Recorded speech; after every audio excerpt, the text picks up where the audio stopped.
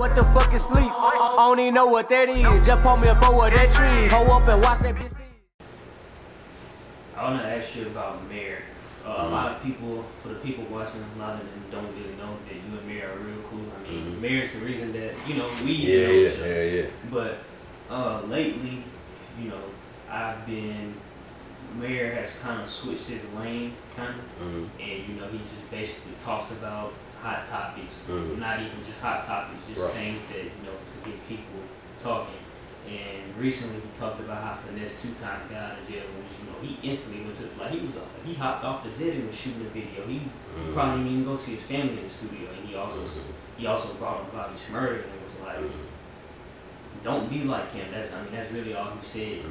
A lot of people didn't like that, and somebody even made like a whole video, posted it to their timeline, basically just talking crazy about Mayr. But I want to know, what's your thoughts on Mayr and like what he does now? Because in his defense, he's like, I generate the most views on What's Sweet TV right now. That's actually facts. Yeah, he just be talking, bro. Like he's only stating what he feels. Like that's what I think a lot of people forget. Like, and some of it's jealousy and enviness, which like we talked about earlier in this interview. Like you don't necessarily gain nothing from that. Like even if you get a little buzz from like a response video, you do, because toxic people gonna like toxic stuff and they'll, you know, regurgitate that. But at the end of the day, that shit gotta die down. Like when you still thinking about it, everybody else sleep and done moved on.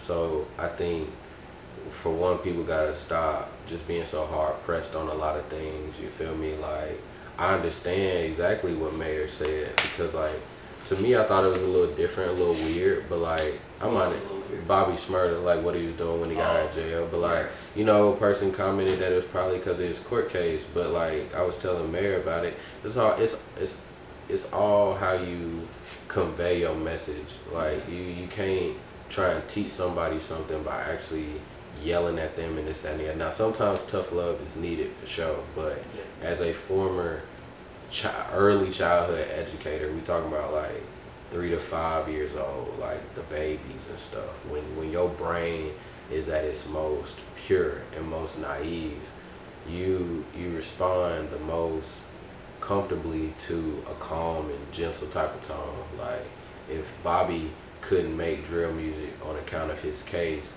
all you had to say was that, you feel me? I think the difference is that Bobby, in his plea deal, if that's even true, you also gotta have true statements. But if it's true, all you had to say was, you feel me, in his plea deal, he said that he couldn't make drill music, you feel me? Like, and that's it, and leave it at that.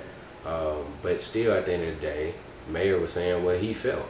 So like, you can't get too up and upset just because somebody thinks somebody else is doing something differently and hard. And like to me, like it's funny because like I'm all for people getting into the studio, doing what they do and do what they love, but that literally goes back to exactly what I was talking about. Like you should be looking at ways to do things differently. And I watched this little freestyle, and just in the clip I've seen, I didn't necessarily see him incriminate himself too much. So you feel me? Finesse 2 times. Okay. It could have been a whole completely different freestyle, but I want to say it was recent, because he talked about just getting out. And you feel me? It was hard. He was really rapping. He was spitting some shit. I like the way he was flowing, and he really wasn't talking about too much gang shit. And maybe that is because of his ongoing cases or whatever he might be fighting next. You feel me? Because you feel me, they be knowing shit before we know shit. And you feel me, some shit they tell us, some shit they don't. You feel me, in terms of just rappers, and especially rappers going through cases. And that's also the struggle you find as a rapper trying to be like that. You always gotta kind of prove your street cred once you dig yourself into that type of theme or category with your own words and your own actions. You feel like to stay relevant, you have to keep getting locked up, or you have to keep doing shit that could potentially get you locked up. And you know, I think Bobby having fun. You feel me? Do I listen to a lot of music? Nah. You feel me? But do I enjoy seeing somebody who, you know, I saw growing up, you know, in high school, listening to Hot Nigga, Bobby Bitch, like in snippet culture, I was never too big on it because my personal artist favorite tops, they didn't do a lot of snippets. So like I definitely had my moments of like hearing the snippet and wanting it for years. But that Bobby Bitch snippet, that's probably still one of the top snippets that I wanted for like ever. You feel me? And remember being hype as hell when he dropped that motherfucker. Yeah. So like just off having those memories with music and him specifically as an artist, I can appreciate and be happy for him being out and still wanting to make music, doing it in his own type of way. I think it's so polarizing because it is a stark difference. You feel me? Like you talking about Hoochie Daddy season and stuff, but like to me that's all positive vibes. You feel me? Having fun. Like you're not disrespecting none of them women. You feel me? Like we ain't heard none of them stories yet. So it's like even with that, it's like have some respect and manners for yourself and who you are as an individual. But those two people handled that extremely differently. And Mayr was just pointing out the differences that he saw.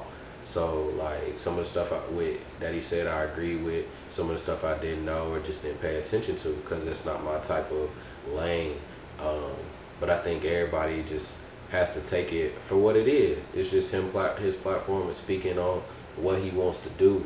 And yeah, he definitely know his audience because like shoot, if you gonna fall into that trap, like hey, like we get the engagement off of you. So it's like if you're gonna engage, come in, be respectful, have a conversation. He was going back and forth with anybody who wanted to comment because that's how you build engagement. You gotta have a conversation in the comments too, because it ain't like I can make a reel, you know, but that's super extra. If I just want something quick, I'm gonna just go to the comments and be like, this is a cool video, you feel me? I didn't know that, or it could have been because Bobby's fighting the case right now. Maybe that's why he's making different type of music. I don't know. I kind of agree with you though.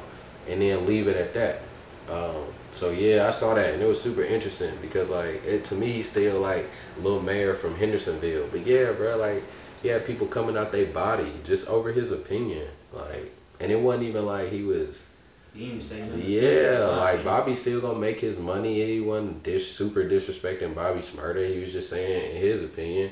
That's kind of how you come out of jail and bounce back. So we really covered a whole lot of different things, man. I appreciate your time. Anybody who's watching this video, man, I appreciate y'all taking the time to just listen to me talk and ramble. I don't have a release date for the project yet, but the album is called The Prodigal Son.